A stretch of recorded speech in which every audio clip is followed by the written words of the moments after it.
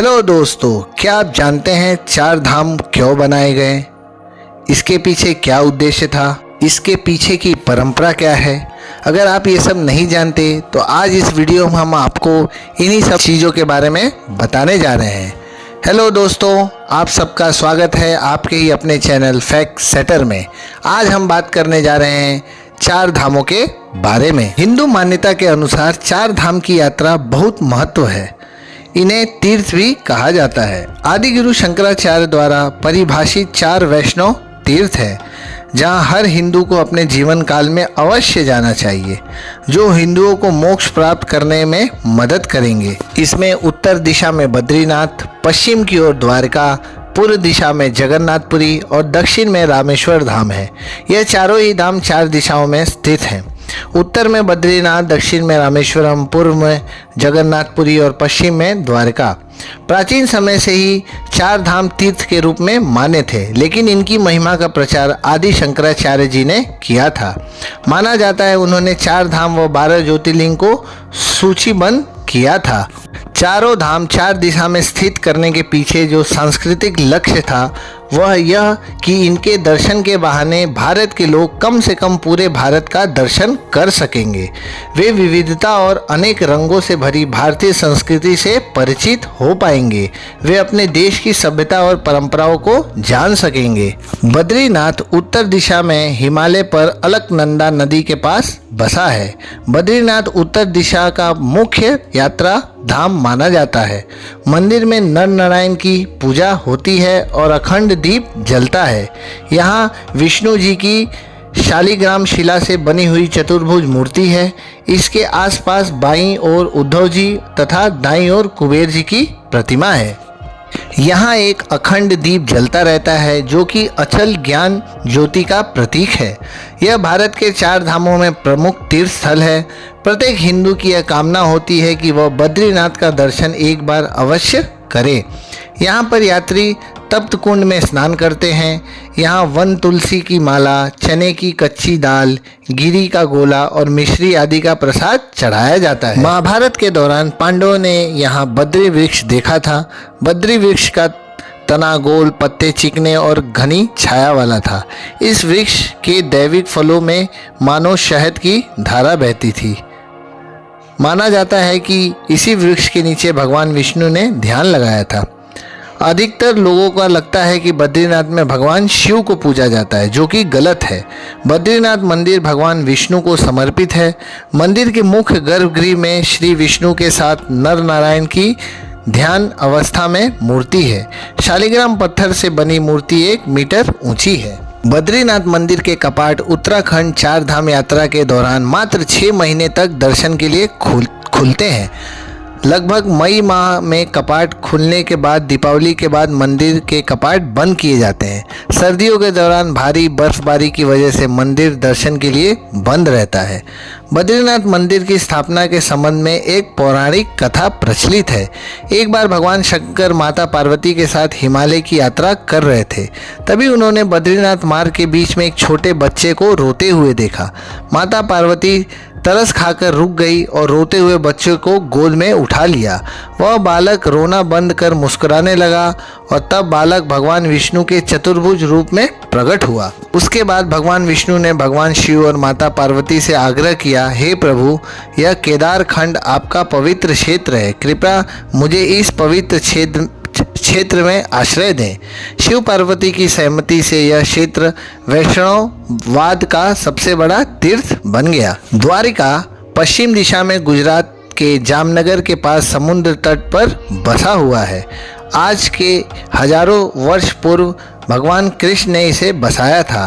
कृष्ण मथुरा में उत्पन्न हुए, गोकुल में पले और राज उन्होंने द्वारका में ही किया। यहीं बैठकर उन्होंने सारे देश की बागडोर अपने हाथ में संभाली, पांडवों को सहारा दिया। कहते हैं असली द्वारका तो पानी में समा गई, लेकिन कृष्ण की इस भूमि को आज भी पूज्य माना जाता है। इसलिए द्वारिका धाम में श्री कृष्ण स्वरूप का पूजन किया जाता है। बहुत से पुराणकार मानते हैं कि कृष्ण अपने 18 साथी और कुल के साथ द्वारका आए थे। यहाँ उन्होंने 36 साल तक राज किया। उनके देहांत के दौरान द्वारका नगरी समुद्र में डूब गई और यादव कुल नष्ट हो गया। यह भी कहा जाता है कि धृतराष्ट्र की पत्नी गांधारी और ऋषि दुर्वासा ने यदुवंश के नष्ट होने का श्राप दिया था, जिसके चलते द्वारिका नष्ट हो गई थी। एक मान्यता यह भी है कि यह नगर अरबी समुद्र में 6 बार डूब चुका है और वर्तमान द्वारका 7वां शहर या नगर है जिसको पुराने द्वारिका के पास पुनः स्थापित किया गया है। वर्तमान की द्वारिका नगरी आदि शंकराचार्य द्वारा स्थापित है। द्वारिकाधीश मंदिर का वर्तमान स्वरूप 16वीं सदी में निर्मित हुआ था। यहाँ पहले कई मंदिर थे, लेकिन मुगलों ने उन्हें तोड़ दिया। द्वारकाधीश मंदिर के गर्भगृह में चांदी के सिंहासन पर भगवान कृष्ण की श्याम वर्णी चतुर्भुज प्रतिमा विराजमान है। यहाँ उन्हें रणछोड़ जी भी कहा जाता है। कहते हैं कि इस मंदिर की जगह पहले निजी महल और हरिगृह था। पुरी श्री जगन्नाथ मंदिर भगवान श्री कृष्ण को समर्पित है। यह भारत के ओडिशा राज्य के तटवर्ती शहर पुरी में स्थित है। जगन्नाथ शब्द का अर्थ जगत के स्वामी होता है। इनकी नगरी ही जगन्नाथपुरी या पुरी कहलाती है। इस मंदिर को हिंदुओं के 4 धाम में से एक गिना जाता है। इस मंदिर का वार्षिक रथ यात्रा उत्सव प्रसिद्ध है। यहाँ मुख्य रूप से भात का प्रसाद चढ़ाया जाता है। यहाँ विष्णु जी की नील माधव प्रतिमा जो जगन्नाथ कहलाती है और उनके साथ सुभद्रा और बलभद्र की भी ऐसी मान्यताएं हैं कि भगवान विष्णु जब 4 धामों का विचरण करते हैं तो वह सबसे पहले हिमालय पर स्थापित बद्रीनाथ में स्नान करते हैं, पश्चिम की द्वारिका में वस्त्र धारण करते हैं और भोजन जगन्नाथपुरी और अंत में दक्षिण में स्थापित 4 धाम रामेश्वरम में जाकर विश्राम करते हैं। जगन्नाथ भगवान की मूर्ति स्थापना को लेकर ऐसी मान्यता है कि मालवा के राजा इंद्रदुमन भगवान श्री नारायण के परम भक्त थे। उन्हें स्वयं भगवान नारायण ने अपने सपने में दर्शन दिए और उनसे एक भव्य मंदिर बनवाने को कहा। भगवान नारायण ने राजा इंद्रदुमन को सपने में बताया कि तुम्हें पुरी के समुद्र किनारे पर एक लकड़ी का लट्ठा मिलेगा और उसी से मूर्ति का निर्माण करवाना। इतना कहकर भगवान नारायण वहाँ से चले गए। अगले दिन मालवा नरेश को समुद्र तट पर लकड़ी का लट्ठा मिल गया, परंतु वह उसे उठाकर लाने में असफल रहे। तब उन्होंने सबल जनजाति के मुखिया विश्वसु से उस लट्ठे को लाने का आग्रह किया, जो कि नील माधव भगवान के परम भक्त थे। राजा इंद्रदुमन यह जानते थे कि विश्ववसु जी जैसे परम भक्त ही इस लट्ठे को ला सकते हैं। प्रभु ने जैसा कहा वैसा ही हुआ, पर अब इंद्रदुमन के सामने यह प्रश्न था कि मूर्ति का निर्माण किससे करवाएं। पुराणों में ऐसा लिखा है कि विश्वकर्मा भगवान ने एक वृद्ध मूर्तिकार के रूप में प्रकट हुए और उन्होंने मूर्ति बनाने की इच्छा प्रकट की। मालवा के राजा ने उन्हें मूर्ति बनाने के लिए चुना था, पर वृद्ध मूर्तिकार ने एक शर्त रख दी कि वो इस काम को 1 महीने में पूर्ण कर देंगे, परंतु यह कार्य एक बंद कमरे में करेंगे और इस दौरान उस कमरे में कोई झांकेगा नहीं, ना कोई उसमें प्रवेश करेगा जब तक उनका कार्य पूर्ण नहीं हो जाता। उन्होंने कहा, राजा जी आप भी इस नियम का पूर्ण पालन करेंगे। राजा ने कहा, महाराज वैसा ही होगा जैसा आप कहेंगे। मूर्तिकार उस समय कमरे में बंद मूर्ति का निर्माण करने लगे। फिर अंत महीने का आखिरी दिन था और अंदर से किसी भी प्रकार का कोई आवाज़ नहीं आ रहा था, तो राजा को शंका हुआ। अपनी शंका को दूर करने के लिए उन्होंने सारे शर्तों को अनदेखा कर दरवाज़ा खोल दिया।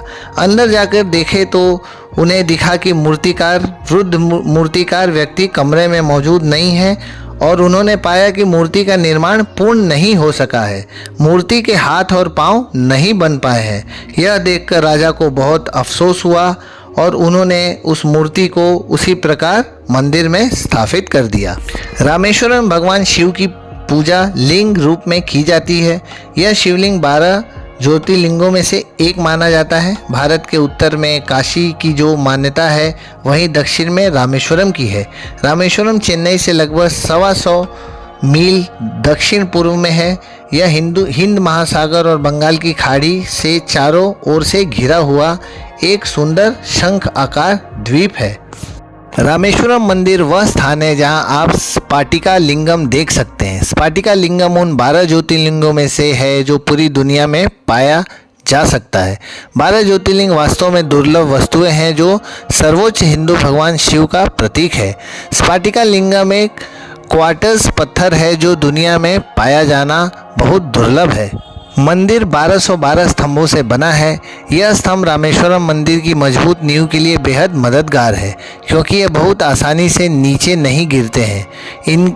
इनमें से प्रत्येक स्तंभ पर शानदार और कलात्मक हिंदू नक्काशी की गई है। इसके अलावा इस मंदिर के हर स्तंभ की ऊंचाई 30 फीट है। रामेश्वरम मंदिर के गलियारे बहुत लुभावने हैं। इसके गलियारे एक पवित्र मंदिर के लिए पर्याप्त हैं। पश्चिम दिशा की ओर इसके गलियारे लगभग 400 फीट और दक्षिण और उत्तर दिशा की ओर 640 फीट तक फैले हैं। इन गलियारों की ऊंचाई लगभग 7 मीटर है। तो आप सबको हमारा ये वीडियो कैसा लगा हमें कमेंट बॉक्स में ज़रूर बताएं और चैनल को सब्सक्राइब ज़रूर करें। धन्यवाद।